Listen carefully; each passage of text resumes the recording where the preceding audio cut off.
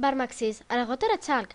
Οι πρόγονοι των κατοίκων της σημερινής αυτής πόλης της Τσάλκας είχαν μεταναστεύσει το 1830 από ομώνυμο μικρασιατικό χωριό. Στη διάθεσή μας έχουμε προφορικές μαρτυρίες και υπομνήματα αξιωματικών του ρωσικού στρατού σχετικά με τον Μπαρμαξής της Ανατολίας, τα οποία ανέφεραν πως εκείνο το χωριό είχε ιδρυθεί στην κορυφή ενός υψώματος που εκτός από πέτρες δεν υπήρχε τίποτα άλλο. Μάλιστα, στο μέρος εκείνο δεν φύτρωναν το χόρτο. Οι παραπάνω πληροφορίες είναι πολύ σημαντικές επειδή αποτυπώνουν μια εικόνα ερήμωσης και παρακμής.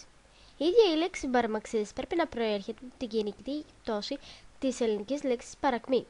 Η λέξη δάχτυλο στα τουρκικά γράφεται και διαβάζεται ως Παρμάκ, όχι Μπαρμάκ. Όταν μετανάστευσαν το 1830 στα Ηλιάφη της Γεωργίας, έδωσαν στο χωριό τους την προηγούμενη ονομασία Παρακμής, ενώ το 1933 οι τοπικές αρχές την άλλαξαν. Στην αρχή, στα επίσημα ρωσικά αρχαιακά έγγραφα, η ονομασία του χωριού γραφόταν ως Παρακμής, αλλά αργότερα η λέξη μετατράπηκε σε Μπαρμαξής. Κοντά στο χωριό Μπαρμαξής της περιφέρειας του Αρσβρούμ βρισκόταν ένα άλλο ελληνικό χωριό, το Κοτάνης. Οι κάτοικοι το μετανάστευσαν στην Τσάλκα πολύ αργότερα σε σύγκριση με άλλους και καταστάθηκαν στο χωριό Μπαρμαξής με τα επίθετο Κοτάνου.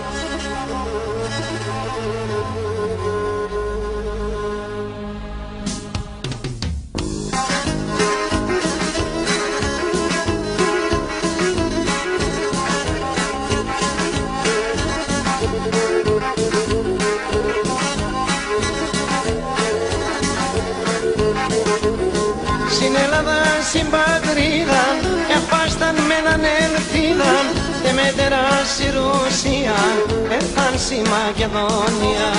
Και μετερά στη Ρουσία, έρχαν στη Μακεδόνια.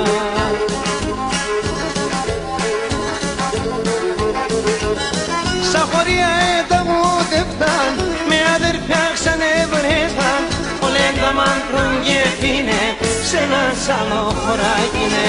Ολέντα μάνθρων και πίνε, σε ένα άλλο χωράκινε.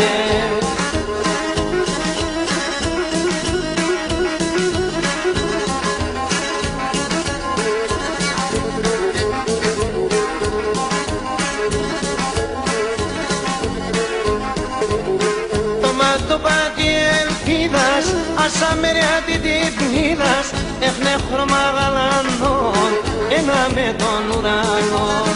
Έχνε χρώμα γαλανών, ένα με τον ουρανό.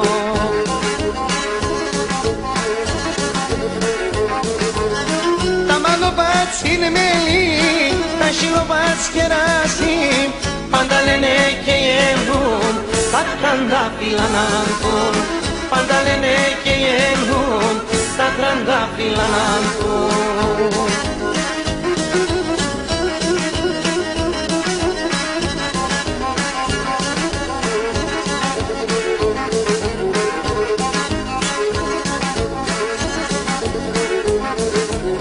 Ταξιδιάρικα πουλία και σαν χιόνια και σαν κρύα, άρα έβνεν άλλα μέρια, ανοίξει και καλοκαιριά. Άρα έβνε άλλα μέρια, ανοίξει και καλοκαιριά.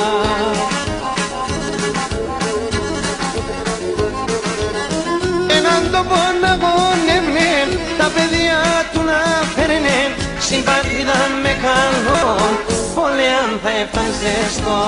Στην πατρίδα με καλόν, όλε αν θα έφταν ζεστό.